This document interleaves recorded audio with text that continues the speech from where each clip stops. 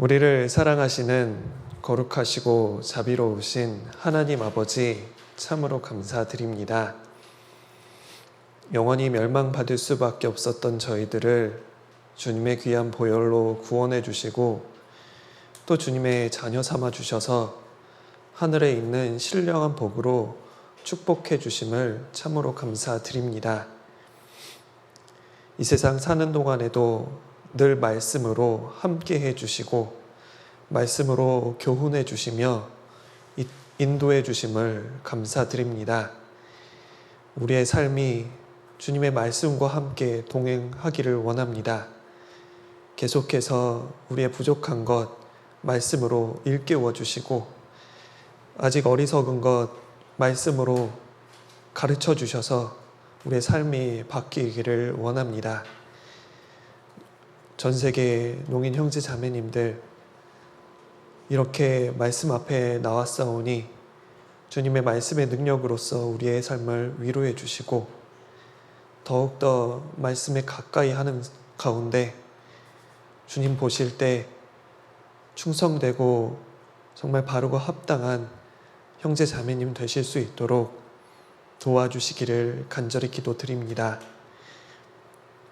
전 세계 곳곳에 복음이 전해지는 순간마다 주님께서 함께 해주시고 또 새로 듣는 각 사람들의 마음을 굽어 살펴주셔서 모두가 구원받을 수 있도록 도와주시고 또 농인 형제 자매님들의 가족도 주님께서 보살펴 주셔서 꼭 하루속히 구원을 받아 우리와 같은 소망을 갖고 삶을 살아갈 수 있도록 도와주시고 인도해 주시옵소서.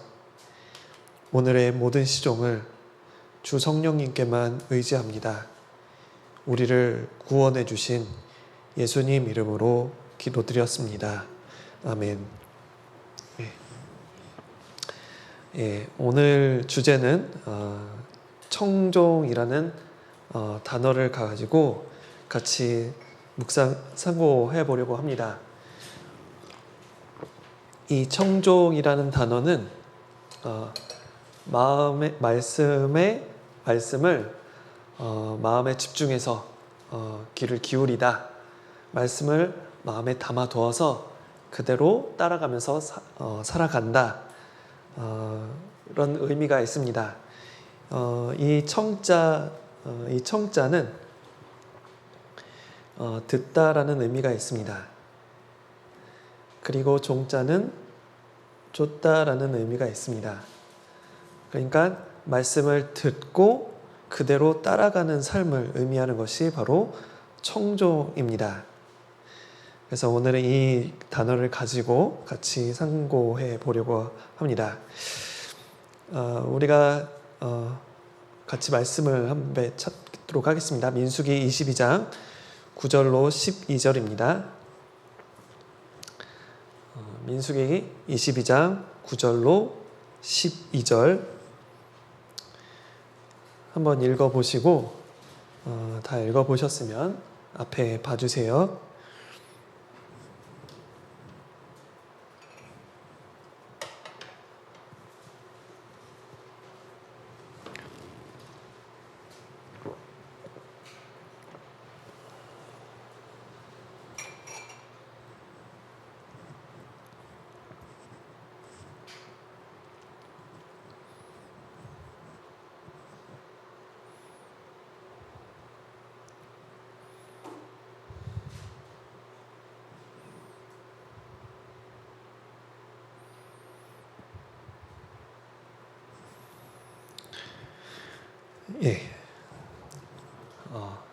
앞에 봐주세요. 이 민수기 제가 화면에 보여드린 이 내용이 조금 단어가 어렵고 그리고 생소한 말들이 많이 있을 겁니다. 그래서 조금 어려우실 텐데 하나하나씩 깊게 함께 살펴보도록 하겠습니다.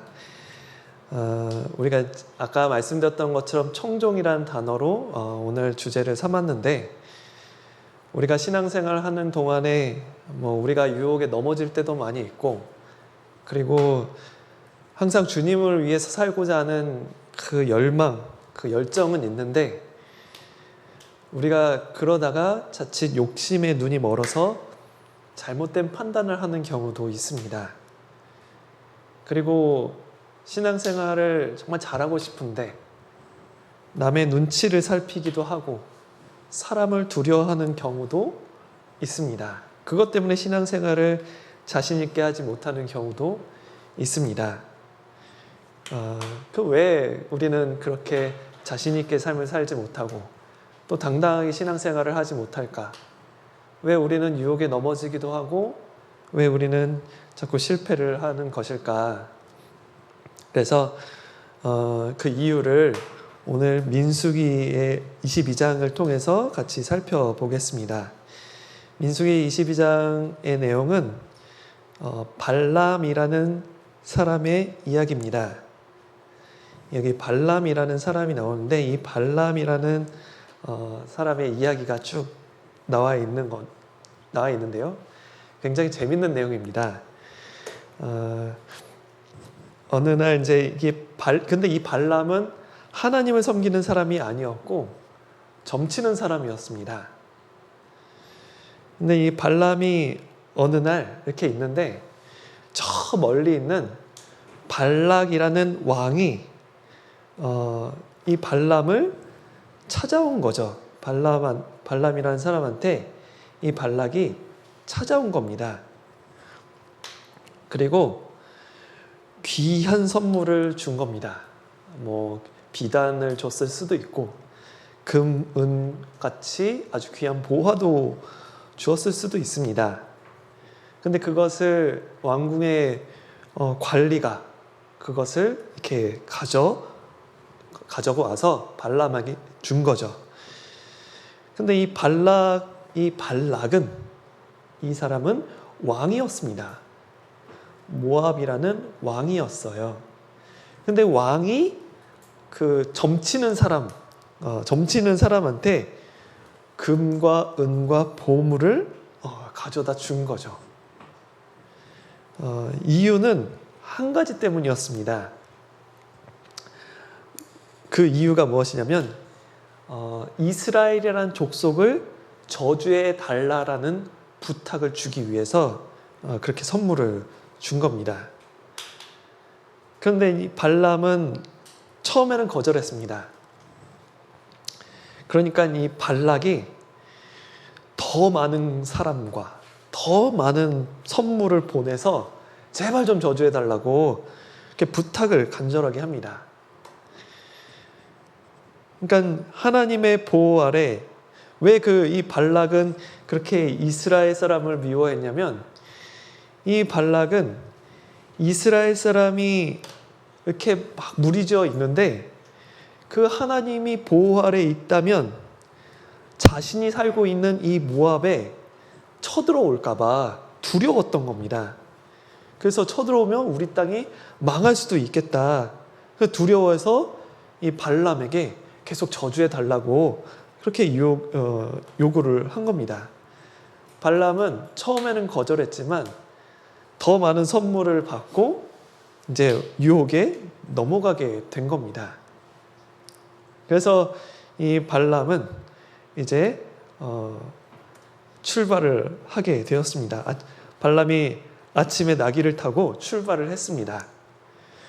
그런데 그 모습을 본 하나님께서 진노하셔서 그 사자를 보내서 발람이 가는 길을 막으셨어요. 그런데 하나님의 사자를 발람은 보지 못하고 발람이 타고 있는 이 나귀만 본 거예요. 무시무시하게 칼을 들고 있고 죽이려고 하고 있는 사자를 본 겁니다. 그러니까 이 나귀는 두려운 거죠. 그래서 길로 가야 되는데 도망치듯이 밭으로 간 겁니다. 발람은 그 이유를 몰랐어요. 왜 이렇게 가지? 왜냐면 발람은 하나님의 사자를 못 봤거든요. 그런데 자기 나귀는 이상하게 길이 아닌 밭으로 가니까 얘가 미쳤나 싶어서 나귀를 채찍으로 때리기 시작했습니다. 근데 나귀는 맞았어요. 너무 아픕니다. 왜 때리지? 근데 이대로 가면 죽잖아요. 그래서 맞으면서 포도밭으로 막 간 겁니다. 근데 하나님의 사자가 길에서 이제 있다가 갑자기 포도밭 그 좁은 길로 갑자기 또 등장을 팍 한 거예요. 좁은 길에 섰습니다. 근데 그 길에는 좌우에 담이 있어요.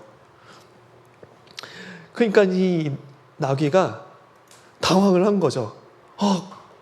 그래서 담에 몸을 탁 붙여가지고 살살살살 기어간 겁니다. 그러니까 발람이 타고 있던 이 그리고 여기 이 발이 돌에 쓸리는 거예요. 피가 납니다. 얘 왜 이래? 그러니까 이 발람이 또 어떻게 해요? 채찍으로 때립니다. 얘가 미쳤구나. 예. 결국은 나귀는 열심히 도망간다고 했지만 발람은 때리죠. 사자는 나와서 죽이려고 하죠. 그러니까 이제 나귀는 이제 자포자기를 한 거예요. 더 이상 도망갈 데가 없습니다. 주저앉았어요. 그랬더니 발람이 몽둥이로 이제 패는 겁니다. 네가 왜 그러냐 막 팹니다. 나귀 입장에서는 얼마나 억울했겠어요. 얼마나 아팠겠습니까? 하나님께서 나귀의 마음을 아시고 나귀가 말하도록 해주셨습니다. 나귀가 뭐라고 말을 했냐면 이렇게 얘기했죠. 나귀가 여호와의 사자를 보고 발람의 밑에 엎드리니 발람이 노하여 화를 냈습니다. 화를 내서 지팡이로 나귀를 때렸어요.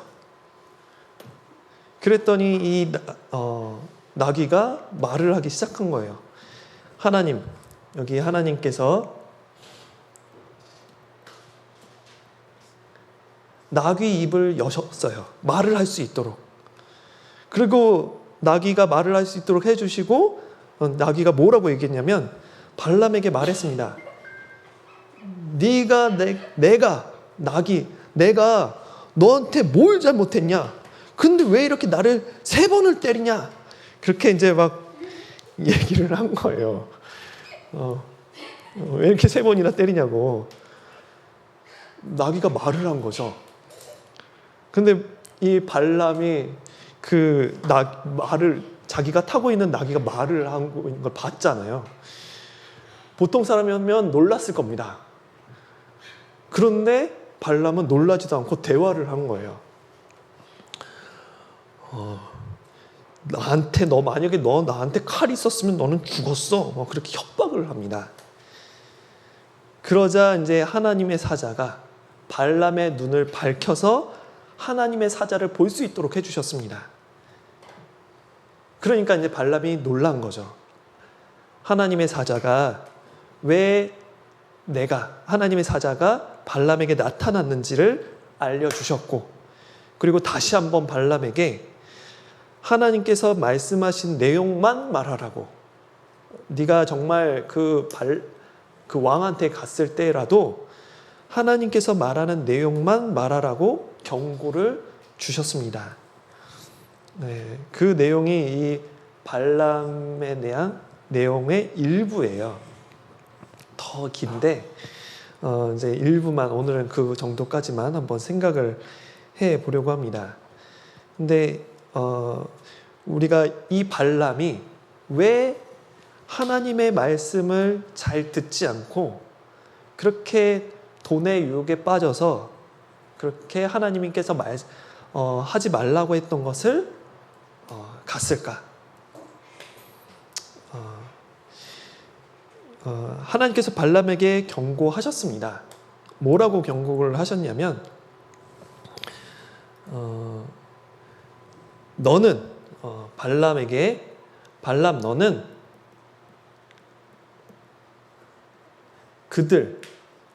그들이라면 발락과 귀족들, 이 사람들은 이스라엘을 미워하는 사람들이에요. 싫어하는 사람들이에요. 이 이스라엘을 싫어하는 이 사람들과 함께 가지 마라. 그리고 이스라엘 백성을 저주하지 마라. 가지도 말고 저주하지도 마라. 두 가지를 경고하셨어요. 이유도 말씀하셨습니다. 이스라엘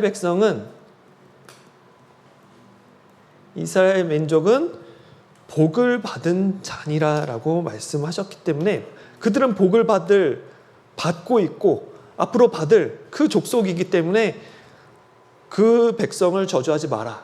저주하러 가지도 마라. 그렇게 말씀을 하신 거죠. 그런데 사실 이스라엘 백성을 지키시는 분은 세상 사람이 아니라 하나님께서 보호하시는 겁니다. 하나님께서 보호하시면 누가 회방을 놓지도 못해요. 하나님께서 보호하시는데 누가 회방을 하고 누가 저주를 하겠습니까? 저주를 하는 사람이 오히려 화가 있을 겁니다. 그러면 하나님께서 보호하시기 때문에 사실 발람에게 이렇게 명령하실 이유도 없어요. 발람에게 경고를 하실 이유가 없습니다. 발람이 어떠한 저주를 내뱉어도 하나님께서 보호하시기 때문에 그 저주는 이스라엘 백성에게 오지 않을 겁니다. 그런데 왜 발람에게 이렇게 경고를 하셨을까요? 그 이유는 하나님께서 이스라엘 백성을 사랑하시기 때문입니다. 예를 하나 들어보겠습니다. 여기 엄마하고 아빠하고 사랑하는 자녀가 있습니다. 같이 공원에서 길을 가고 있습니다. 근데 아버지는 아주 유명한 복싱 선수예요. 근데 저 멀리서 동네 꼬마가 질이 좋지 않은 행실이 좋지 않은 동네 꼬마가 이 부모님 앞에서 이 아이에게 안 좋은 말을 합니다. 야, 너 꼬맹이 주제에 너 조심해라, 까불지 마라, 그럼 혼나, 막 그렇게 얘기를 하는 거예요. 아무리 질 좋지 않은 그 사람이 이 아이에게 막 안 좋은 얘기를 해도 이 자녀는 안전합니다. 왜냐하면 부모님하고 같이 있으니까. 뭐 동네 꼬마가 부모님을 물리쳐가지고 자녀에게 진짜 해코지를 할 만한 능력도 없어요. 자녀는 부모님과 같이 있기 때문에 안전합니다. 심지어 안전할 뿐만 아니라 이 동네 꼬마가 자녀에게 안 좋은 말을 했기 때문에 아마 이 아버지가 이 아이를 부를 겁니다. 야, 너 일로 와봐. 야, 너 일로 와봐. 이렇게 부르겠죠. 그리고 계속 혼낼 겁니다. 너 그럼 되겠어? 내가 얼마나 힘이 센 줄 알아? 아마 혼을 낼 수도 있습니다. 혼을 내면은 아마 동네 꼬마는 이렇게 울고 있겠죠. 예. 그런데 실제로 이 동네 꼬마가 자기 자녀를 때린 것도 아니에요. 그런데 안 좋은 얘기를 하면 아빠는 민감하게 반응을 합니다. 왜 그럴까요? 사랑하니까. 예. 사랑하기 때문입니다. 하나님께서 이스라엘 백성을 그렇게 사랑하시는 거죠. 왜 하나님은 발람에게 이스라엘 민족을 저주하지 말라고 했을까? 어차피 저주가 이루어지지도 않을 텐데 왜 그런 경고를 발람에게 했을까? 하나님께서는 이스라엘 민족을 사랑했기 때문입니다. 사랑했기 때문에 실제로 이루어지지 않는 저주라도 허락하시지 않는 겁니다. 하나님께서 이스라엘 민족을 눈동자같이 보호하시는데 눈동자가 이렇게 생겼잖아요.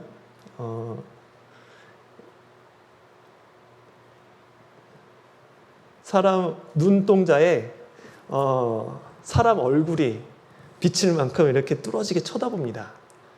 그러면 그렇게 사랑스럽게 쳐다보는 그 애정 가득한 모습으로 아이를 사랑하고 지키신다는 거죠.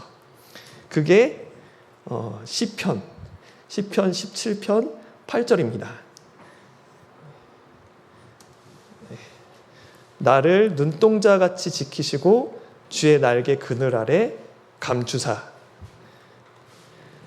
하나님께서는 이스라엘 백성을 사랑하신 것처럼 교회를 사랑하십니다. 눈동자같이 지키세요. 아까 눈동자같이 지키다. 엄마가 갓 태어난 아이를 지극히 쳐다봐요. 쳐다보면서 엄마 눈동자에 아이의 모습이 비칩니다. 극히 쳐다봐요. 가장 소중히 여기는 아이를 지키듯이 지키는 거예요. 눈동자같이 지키다. 하나님께서 사랑하는 그 우리를 그렇게 지극히 쳐다보시면서 우리를 지키시는 겁니다. 눈동자같이 지키시다.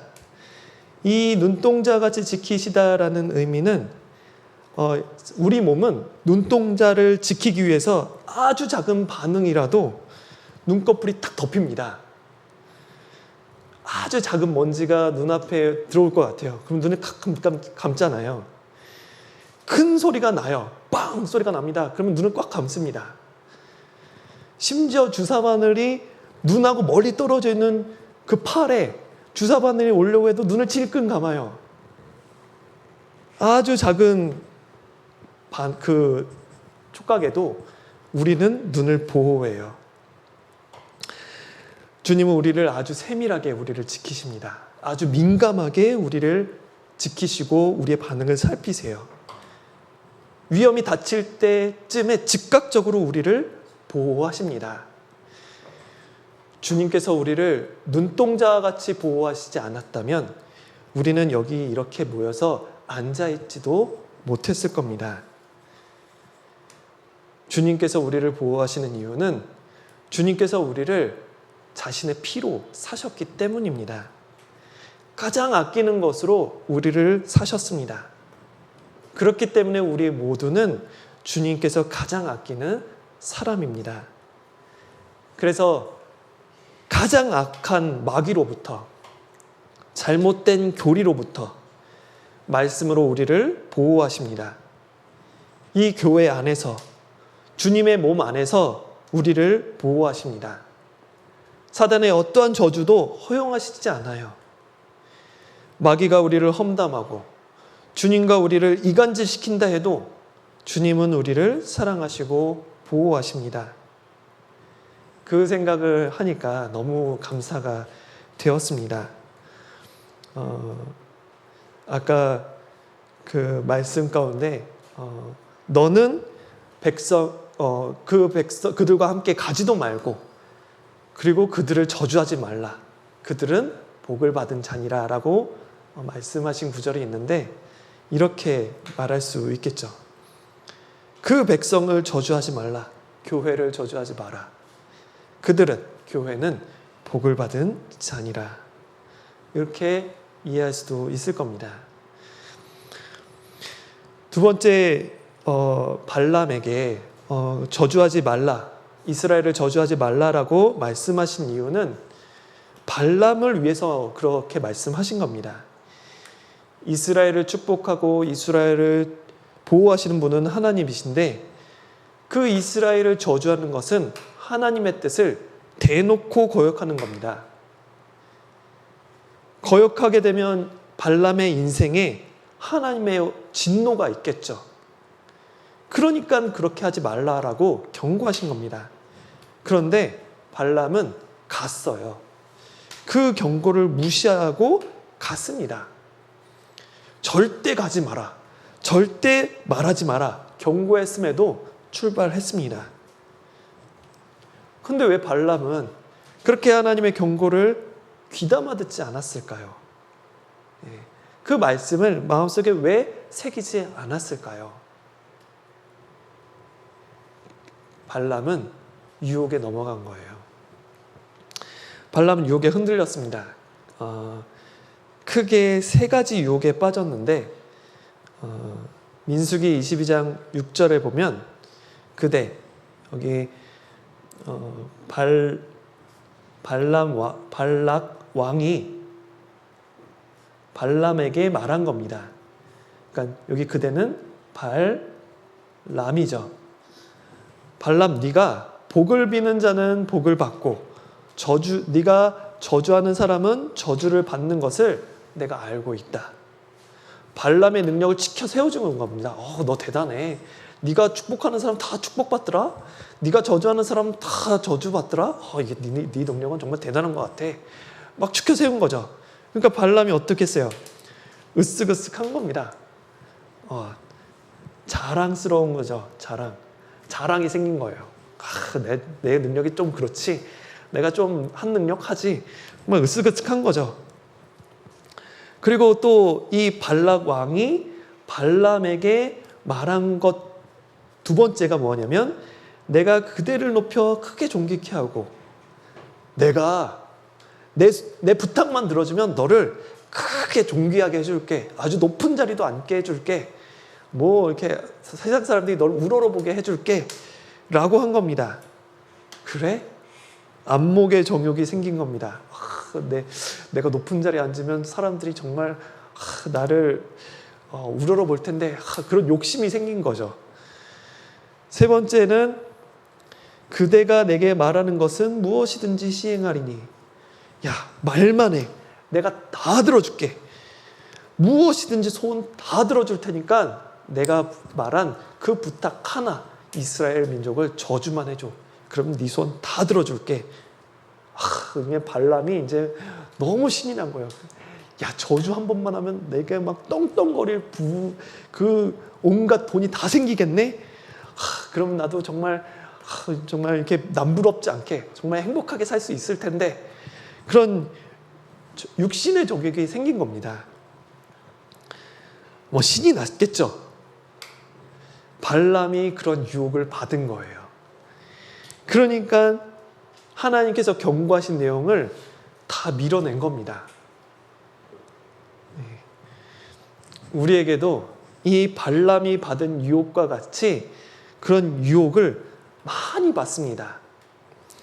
나를 유혹하는 것이 너무너무 많아요. 그렇지 않습니까? 주일날 일어납니다. 일찍 일어나야 되는데 핸드폰이 나를 유혹해요. 핸드폰에 왜 이렇게 재밌는 게 많은지. 핸드폰 보느라 말씀 읽을 시간이 없어요. 핸드폰이 나를 유혹하지 않았더라면. 왜 유튜브에는 그렇게 재밌는 게 많은지. 왜 나를 그렇게 유혹하는 게 많은지. 그러다가 말씀을 못 읽고 말씀 시간에 지각할 수도 있어요. 전날 영화 보느라 늦게 잤다가 늦게 일어나서 오늘은 늦었으니까 유튜브로 말씀 보지 뭐. 그렇게 생각하시는 분들도 계실지 모르겠습니다. 우리를 유혹하는 게 너무나도 많죠. 또 나를 유혹하는 것 중에 하나가 보이지 않는 생각이 나를 유혹하는 게 있습니다. 저도 개인적으로 설교를 준비하다가 제가 유혹을 받는 게 뭐냐면 개그 욕심이 좀 있나 봐요. 웃기지도 않는데 형제자매들 웃기려고 몇 번 시도했다가 우리 자매한테 많이 혼납니다. 제발 그 얘기하지 말라고. 그래서 그런 말 들을 때마다 마음이 너무 아파요. 내가 좀 더 웃길 수만 있다면 하는데 준비를 하다가 이렇게 여러 가지 준비를 하다가 하지 않아도 될 말을 해서 문제가 되는 경우가 있을까봐 걱정이 좀 많이 됩니다. 실제로 문제를 받으신 분이 있을지는 모르겠지만 내가 설교를 다 끝내고 나서 이 얘기는 괜히 했다라는 그런 후회도 하게 됩니다. 그런 유혹들이 있죠. 그리고 형제 자매님들 간에 교제할 때도 마찬가지일 겁니다. 우리가 형제 자매들 간에 교제할 때 뭐 좋은 이야기, 나쁜 이야기가 섞여 있잖아요. 항상 좋은 이야기만 하지는 않습니다. 사람은 다 죄성이 있기 때문에 좋은 이야기하고 나쁜 이야기 섞여서 교제가 되는데 문제는 희한하게 좋은 이야기는 몇 번을 들어도 기억이 잘 안 나요.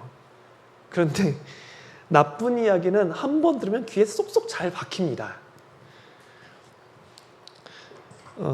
그 기억에 쏙 박힌 게 몇 날이고 며칠 계속 이어지는 거죠. 제가 이게 전도인이 되고 나서 제가 솔직한 감정을 누구에게 터놓고 싶다라는 그런 외로움이 좀 있습니다. 전도인이 되다 보니까 이 말도 하면 안 되고 가려야 되고 이렇게 뭐 여러 가지 말을 다 가려서 이렇게 좀 이렇게 나하고 속 얘기를 좀 할 수 있는 누군가를 좀 만났으면 좋겠다라는 그런 생각이 들 때가 있습니다. 그런데 이제 속 얘기를 하면은 아까 말했던 것처럼 좋은 얘기만 하는 게 아니거든요. 그 가운데서 이제 다른 사람 얘기도 나오고 또 죄가 나올 수 있기 때문에 정말 이렇게 말조심을 해야 된다라고 생각이 듭니다. 제가 자칫 말을 잘못하면 그 말이 상대방 귀에게 너무 신기하고 정말 그랬어? 그 사람 정말 그랬을 때 그렇게 이제 마음속 깊은 곳으로 새겨지는 거죠. 그러니까 좋은 것을 기억하기보다는 나쁜 것을 더 잘 기억하기 때문에 그것만 이제 제가 그런 것을 이렇게 알다 보니까 말을 가려요. 예. 그러니까 이제 그런 얘기를 안 하다 보니까 좀 거기서 오는 외로움이 조금 있습니다. 그래도 말의 실수가 너무 많아요. 우리가 하나님의 말씀을 정말 마음속에 새기고 말도 조심히 해야 될 뿐만 아니라 듣는 사람도 좋은 말인지 나쁜 말인지 가려서 들어야 될 필요가 있습니다. 사단이 그것을 노리고 유혹을 하거든요. 교제 가운데서도 유혹을 그렇게 하는 게 있습니다. 뿐만 아니라 세상도 나를 유혹합니다. 여러 가지 방법으로 나를 유혹할 거예요. 아까 말씀드렸던 것처럼 뭐 유튜브라든지 아니면 뭐 재밌는 영상, 내가 말씀을 가까이 하려는데 방해하는 여러 가지 많은 것들이 있습니다. 그래도 그런 유혹이 많이 있는데 내가 유혹을 뿌리치면 되는 거예요. 유혹이 많이 와도 뿌리치고 이기면 되는 겁니다. 문제는 유혹을 붙잡는 게 문제인 거죠. 내가 유혹을 뿌리치지 않고 유혹을 선택하니까 죄를 짓는 겁니다. 지금 이제 다시 발람으로 돌아와서 이 발람에게 왕이 와가지고 유혹을 했습니다. 너 정말 능력 좋잖아. 한 번만 해줘. 너 정말 능력이 최고인 것 같아. 만약에 내 부탁 한 번만 들어주면 내가 너한테 높은 자리 앉게 해준다니까. 내 부탁 한 번만 들어주면 네 소원 다 들어준다니까. 그렇게 유혹이 왔을 때 발람은 당당하게 거절하면 됩니다. 아니, 나는 그래도 그렇게 말할 수 없어 라고 거절하면 되는 거죠. 그런데 발람은 당당하게 거절하지 못했어요. 마음이 흔들렸습니다. 하나님이 그 마음을 꿰뚫어 보셨어요. 발람이 유혹에 넘어간 이유는 말씀을 청종하지 않아서 그렇습니다. 말씀을 귀담아 듣지 않았기 때문입니다. 하나님의 경고를 마음속에 새기지 않았기 때문입니다. 왜 발람이 마음속에 말씀이 남아있지 않을까? 마음이 이미 유혹에 넘어갔거든요. 말씀을 귀담아 듣지 않는다면 여러분도 발람처럼 유혹에 넘어질 수 있어요. 유혹에 넘어가면 말씀이 더 이상 들어가지를 않습니다. 말씀을 한 번, 두 번 안 듣는 건 쉽습니다. 그런데 다시 그 상태를 회복하고 유혹을 뿌리치고 마음을 돌이키기 위해서는 정말 몇 배 더 힘든 노력을 기울여야 돼요. 농인 형제자매님들 혹시라도 정말 마음속에 새긴 말씀이 있습니까? 죽는 한이 있더라도 내가 이 말씀은 꼭 지키겠다는 그런 말씀이 있습니까? 설령 내 가족들보다 더 소중하게 여기는 그 말씀 구절이 있습니까? 없다면 불행한 거예요. 없다면 그리스도의 생명이 길지 않습니다. 없다면 유혹에 넘어질 수 있어요. 하나님께서 발람에게 절대 가지 마라, 절대 말하지 마라 강하게 경고하셨습니다. 그런데 발람은 그 말씀을 마음에 두지 않았어요. 마음속에 그래? 내가 발락 저 왕이 나한테 저런 높은 자리도 약속해주고 그리고 내 손 다 들어준다고 했고 내 능력 인정해 주니까 하나님이 뭐라고 말씀하셔도 듣는 척 해야지. 저주하러 가야 되겠다라고 마음을 먹었어요. 이미 갈 생각을 하면서 모양만 하나님께 물어본다 했습니다. 혹시라도 하나님께서 다른 대답, 조금 다른 뉘앙스라도 비치면 그거 트집 잡아가지고 가야지 라고 생각을 했을 수도 있어요. 아마 하나님을 만나러 가면서 발람이 하나님께 자신이 왜 이스라엘을 저주해야 되는지 이유를 많이 생각해 뒀을 겁니다. 하나님, 제가 이스라엘을 저주해야 되는 이유는요, 이스라엘 백성 하나님 말씀 잘 안 듣는다면서요. 이스라엘 백성은 모세도 번역하고 하나님 약속도 안 믿는다는 백성이잖아요. 그런 소문이 자자한데 저주한다 해서 뭔 잘못이 있겠습니까? 그렇게 생각을 하고 갔을 수도 있습니다. 그런데 어쨌든 하나님께서는 가지 말라 했어요. 말하지 말라 했습니다. 그런데 발람의 머릿속에는 그 말씀이 없어요. 가지 말아야 되겠다. 말하지 말아야 되겠다. 그 말씀이 싸그리 없어졌습니다. 머릿속에 온통 내가 저주 말하면 나 높은 자리에 앉는데, 내가 저주 말 한마디만 하면 내 소원 다 들어준대. 그런 생각만 머릿속에 가득 차 있는 거죠. 하나님 말씀에 불순종할 것을 다 아셨어요. 모르시는 게 아닙니다. 그러니까 하나님께서 발람에게 이렇게 말씀을 하셨습니다. 하나님이 발람에게 임하여 이르시되 사람들이 너를 부르러 왔거든 일어나 함께 가라. 가라고 하셨어요. 뜻밖의 말씀을 하신 거죠. 아까 절대 가지 말라고 하지 않았나? 네, 맞아요. 절대 가지 말라고 했어요. 그런데 두 번째 찾아갔을 때는 함께 가라라고 말씀하셨습니다. 그런데 이거는 허락하신 게 아니에요. 내버려 둔 겁니다. 이 말을 들은 발람은 신이 났을 겁니다. 그래, 그렇지. 좀 찜찜하긴 했지만 가라고 했으니까 이제 갈 준비를 막 했을 겁니다. 근데 왜 하나님은 가라고 하셨을까요?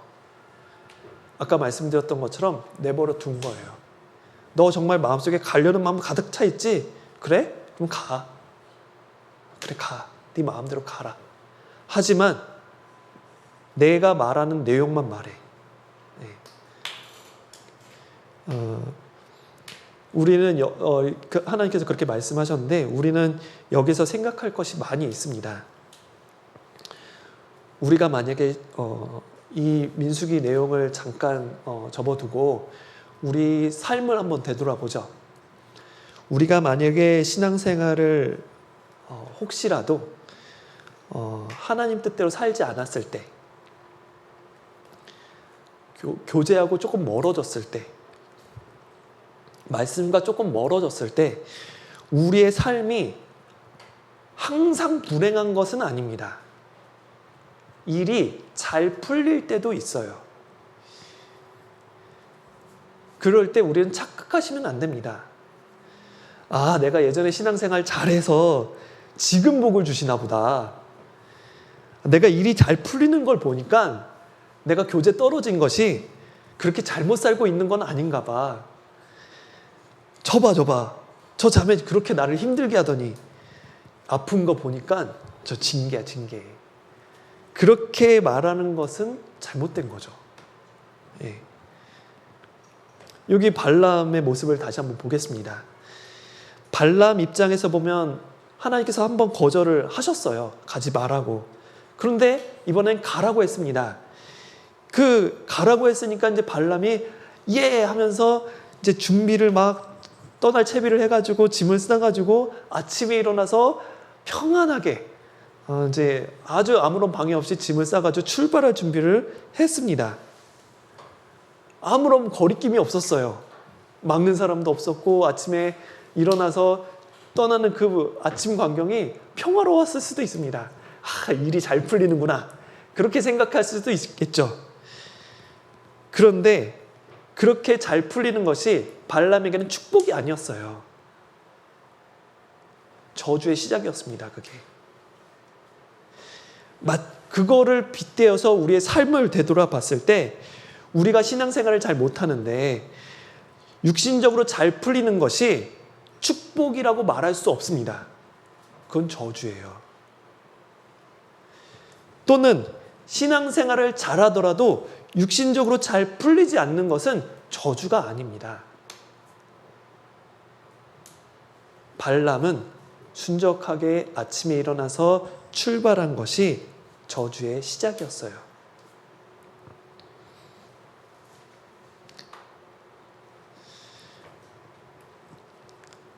발람은 그렇게 출발해서 결국은 이스라엘 사람 손에 죽게 됩니다. 하나님의 심판을 받아서 죽게 돼요. 출발하지 않았더라면 발람은 죽지 않았겠죠. 그리고 하나님의 말씀을 제대로 듣지 않는다면 판단을 제대로 못해요. 올바른 판단을 하지 못하게 됩니다. 말씀을 집중해서 듣지 않으면, 청종치 않으면, 하지 않으면 올바른 판단을 하지 못하게 됩니다. 그 이유를, 그 모습을 함께 살펴보도록 하겠습니다. 아까 이 나귀가 여호와의 사자를 보면서 도망을 갔잖아요.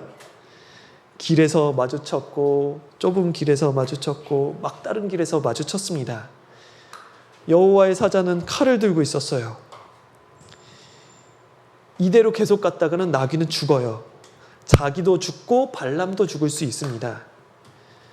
근데 그 상황을 발람은 전혀 이해하지 못했습니다. 계속 나귀를 때렸죠. 그죠? 예. 우리가 여기서 교훈받을 게 있습니다. 우리가 만약에 발람이라고 한번 생각을 해보죠. 우리가 발람처럼 나귀를 타고 가는데 나귀가 평소와는 다르게 행동을 해요. 눈동자가 이상하게 풀려 있어요. 두려움에 덜덜덜 떨고 있습니다. 그래서 내가 이렇게 타고 이쪽으로 가자고 했는데 이쪽으로 안 가고 막 엉뚱한 길로 가요. 그럼 어떻게 아시겠어요? 막 때립니까?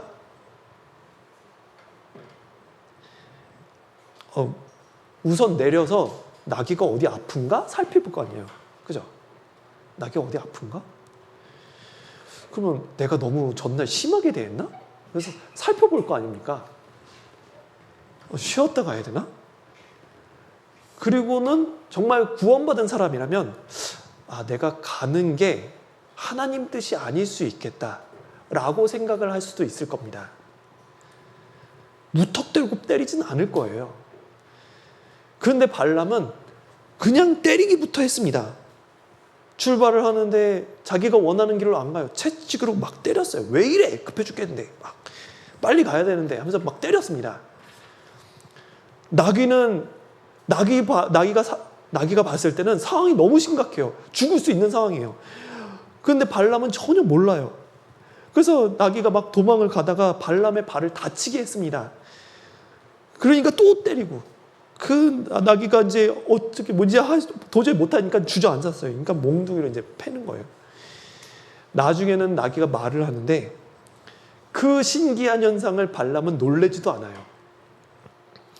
우리가 보통 내가 키우는 어떤 동물이 있다면 동물이 말을 하는 걸 보면 어떻겠어요? 와, 세상에 이런 일이 있을 수가. 뭐 깜짝 놀랄 거 아닙니까? 근데 발람은 놀라지도 않아요. 발람은 신경도 안 쓰는지 그 나귀하고 대화를 해요. 너는 너 내 손에 칼이 있었으면 넌 죽었어. 뭐 그렇게 그렇게 협박까지 했습니다. 왜 발람이 그랬을까요? 발람은 빨리 가고 싶었던 거예요. 그냥 빨리. 발락한테 빨리 가서 그 왕한테 빨리 가서 자신의 능력을 뽐내고 그 저주 한번 하고 그런 욕심을 빨리 채우고 싶었던 겁니다. 북이 영광을 누리고 싶었던 거예요. 근데 나귀가 자기 말을 안 듣는 거죠. 발람 입장에서는 얼마나 빨리 가고 싶었겠어요. 그러니까 이제 이상한 나귀가 자기 뜻대로 안 움직이니까 짜증이 나고 이제 그러니까 때리고.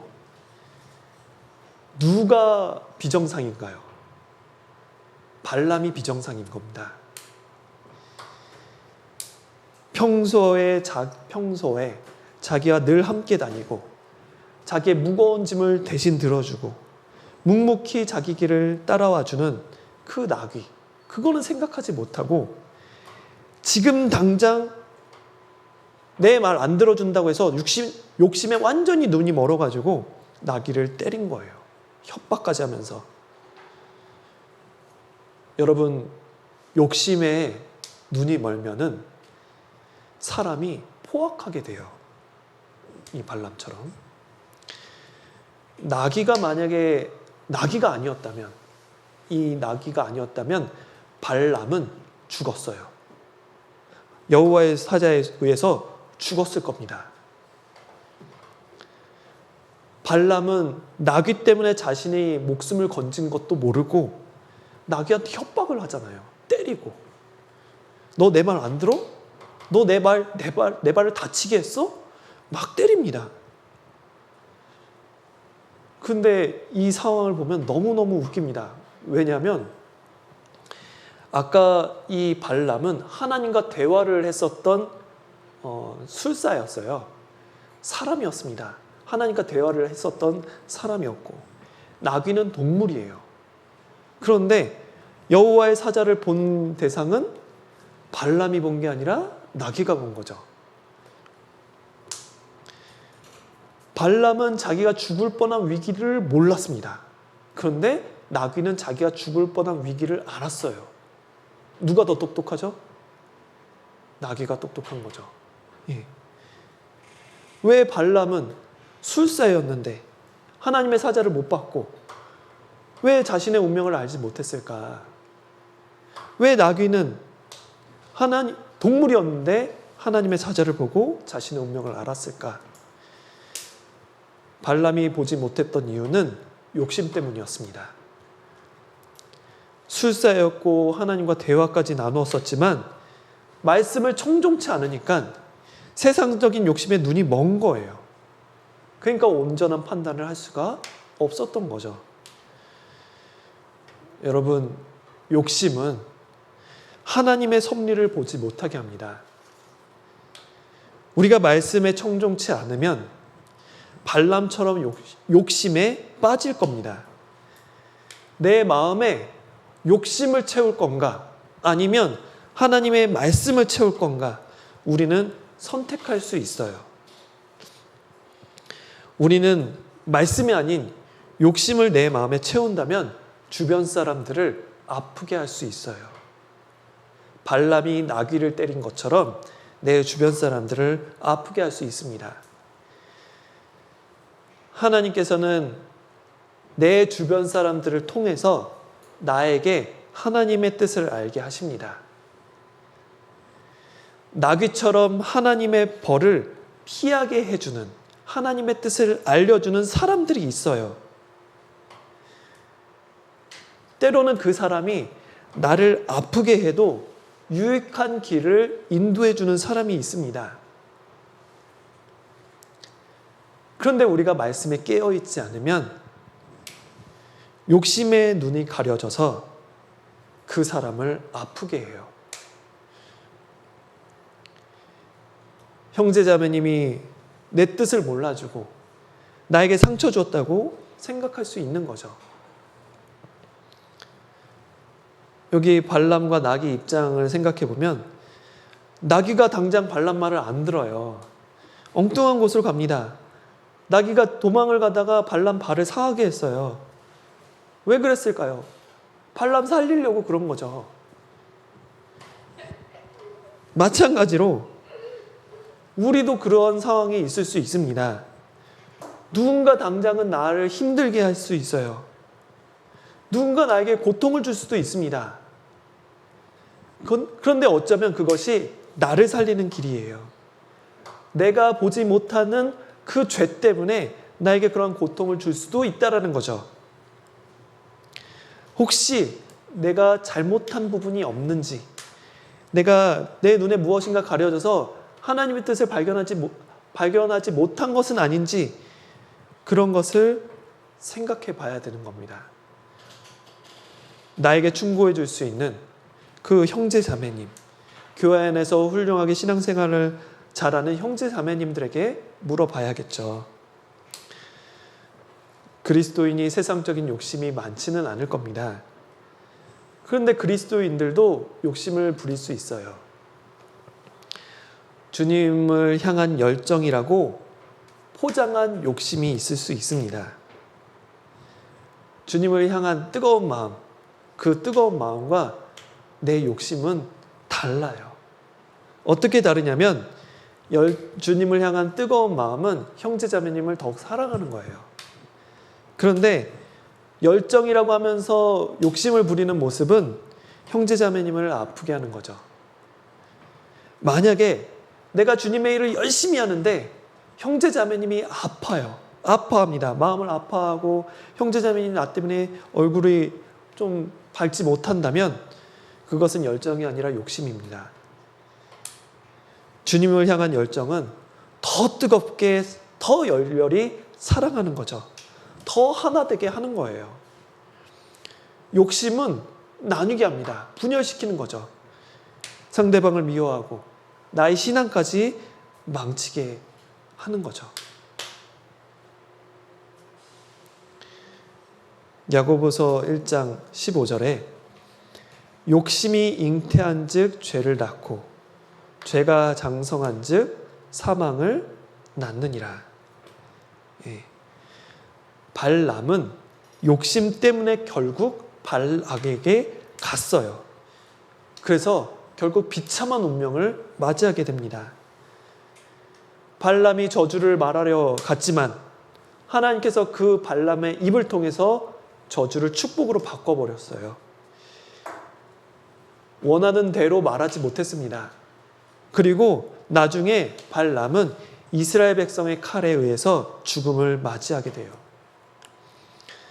발람은 하나님 말씀을 청종치 않았기 때문에 망한 거죠. 청종치하지 않아서 오는 안 좋은 것들은 이렇게 파멸도 있습니다. 말씀을 우리가 마음 가운데 새기지 않고 말씀을 집중해서 듣지 않으면 생기는 일, 그것은 파멸이에요. 구원받은 그리스도인이 지옥에 가진 않겠지만 우리의 신앙이 망할 수 있어요. 우리의 신앙이 완전히 무너질 수 있는 겁니다. 대표적인 예를 두 가지만 들어보겠습니다. 첫 번째는 사울입니다. 사울은 이스라엘 백성의 첫 번째 왕이에요. 그런데 이 사울 왕이 하나님 앞에 버림을 당합니다.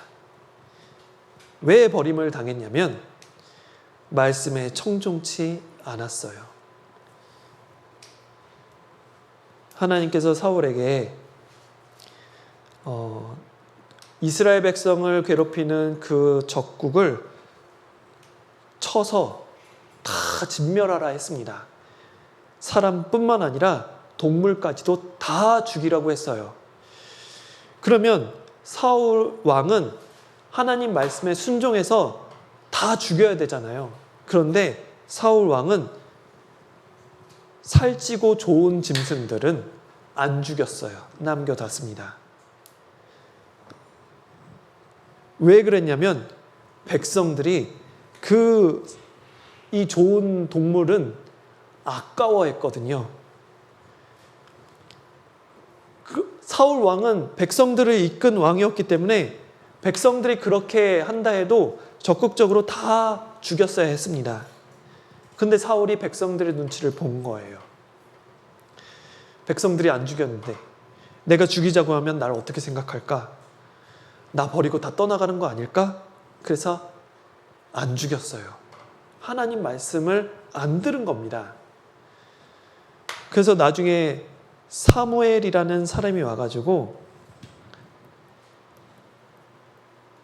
사울 왕을 책망했습니다.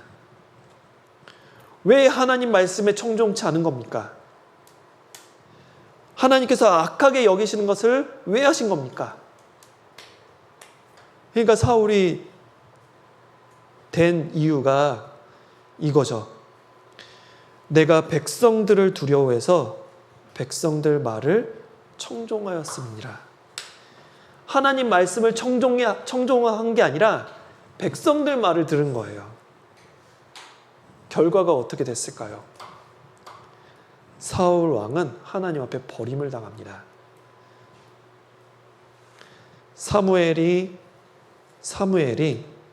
사울에게 말했어요. 왕이 여호와의 말씀을 버렸기 때문에 여호와께서 왕을 버렸습니다. 우리가 말씀을 버리면 하나님께서도 우리를 버리실 거죠. 구원받은 사람은 지옥 가지는 않을 거예요. 신앙이 망가질 겁니다. 두 번, 사울 왕이 간음을 저질러서 또 하나님 앞에 버림을 받은 게 아닙니다. 도둑질을 해가지고 버림을 받은 게 아니에요. 부하를 죽인 것도 아니었습니다. 사울 왕이 하나님 앞에 버림을 당한 이유는 하나님의 말씀을 버린 거예요. 하나님 말씀을 청종치 않은 겁니다. 그것이 사울 왕의 죄였어요. 두 번째는 이스라엘입니다. 이스라엘 나라도 그래요. 이스라엘 나라가 잘 될 때가 있었고 아주 쇠퇴할 때가 있었습니다. 이스라엘이라는 나라가 정말 확 발전되고 부흥할 때는 언제였냐면 하나님 말씀을 청종할 때였습니다. 반면에 이스라엘 백성이 다른 나라의 포로로 끌려가고 결국 나라 전체가 멸망하게 됐는데 그 이유는 군사가 부족해서가 아니었어요. 똑똑한 사람이 없어서가 아니었습니다.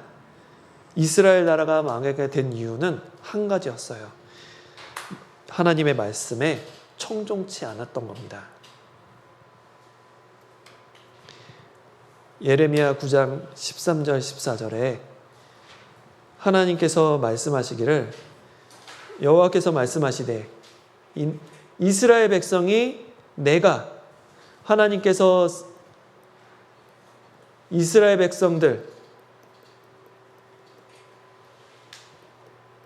백성 앞에서 세운 앞에서 나의 법, 하나님의 법을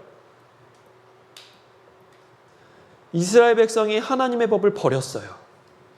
이스라엘 백성이 하나님 목소리를 청종치 않았습니다. 이스라엘 백성이 하나님의 법을 버리고 이스라엘 백성이 하나님 목소리를 청종치 않았어요. 그래서 이스라엘 백성은 망한 겁니다. 어떻게 망했냐면 하나님께서 말씀하시기를 이스라엘 백성들을 해치고 진멸되기까지 그 뒤로 칼을 보내리라. 백성들이 진멸될 정도로 가는 곳마다 죽임을 당할 것이다 라고 말씀을 하셨습니다. 이스라엘 백성이 망한 이유는 하나님 말씀에 청종치 않았다는 것이죠. 그게 잘못이에요. 반면에 만약에 우리가 이 이스라엘 백성들처럼 하나님 말씀을 안 듣는 게 아니라 하나님 말씀을 잘 듣는다면 이와 반대되는 일이 생길 겁니다. 어떤 일이 생기냐면 이런 일이 생기는 거죠. 하나님께서 저에게 말씀을 듣는 사람에게 꿀 같은 말씀을 주며 포도주와 같은 신앙생활의 기쁨을 주고 저를 높이고 가장 부흥되기까지 복을 보내리라. 말씀을 청종하는 사람에게 말씀을 주시고 신앙생활에 기쁨을 주시고 높여주시고 그리고 부흥하기까지 신앙생활이 부흥이 되고 복을 주실 겁니다. 정리하도록 하겠습니다. 신앙생활에 가장 복받을 수 있는 방법은 청종입니다. 불행을 피하고 유혹을 피할 수 있는 방법도 청종입니다. 우리는 하나님 말씀에 청종해야 됩니다. 청종하기 위해서는 집중해야 돼요. 어떤 것도 하나님 말씀보다 우선될 수는 없습니다. 내가 하는 취미생활이 말씀 생활에 방해가 된다면 과감하게 접는 거죠. 내가 아무리 교사 봉사를 하고 임원 봉사를 하고 여러 가지 봉사를 한다 해도 그 봉사보다 말씀 생활이 우선될 수는 봉사가 말씀보다 우선될 수는 없는 겁니다. 그리고 내 주변에 사랑하는 이들이 나에게 내가 말씀을 듣지 못하게 한다 해도 그 친구들이 말씀 생활보다 우선될 수는 없는 거예요. 우리는 내 주변 사람들을 잘 살펴봐야 합니다. 정말 저 친구가 나와 내가 신앙생활을 잘 하기 위해서 유익이 되는 사람인지 아니면 그렇지 않은 사람인지 살펴볼 필요가 있습니다. 하나님께서 발람에게 물어보셨어요. 아까 우리가 처음 읽었던 본문에 이렇게 물어보셨습니다. 하나님이 발람에게 임하여 가라사대 너와 함께한 이 사람들이 누구냐? 하나님께서 몰라서 물어보셨을까요? 확인해 보라는 겁니다. 하나님은 다 아세요. 발람을 찾아온 사람이 누군지를 다 아십니다. 그런데 물어보신 이유는 발람 너 지금 네 주변에 있는 사람 확인해 봐.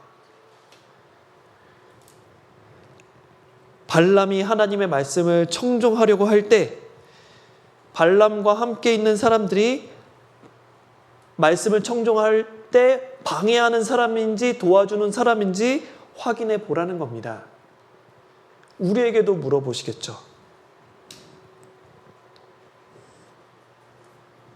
너와 함께하는 사람들이 누구냐?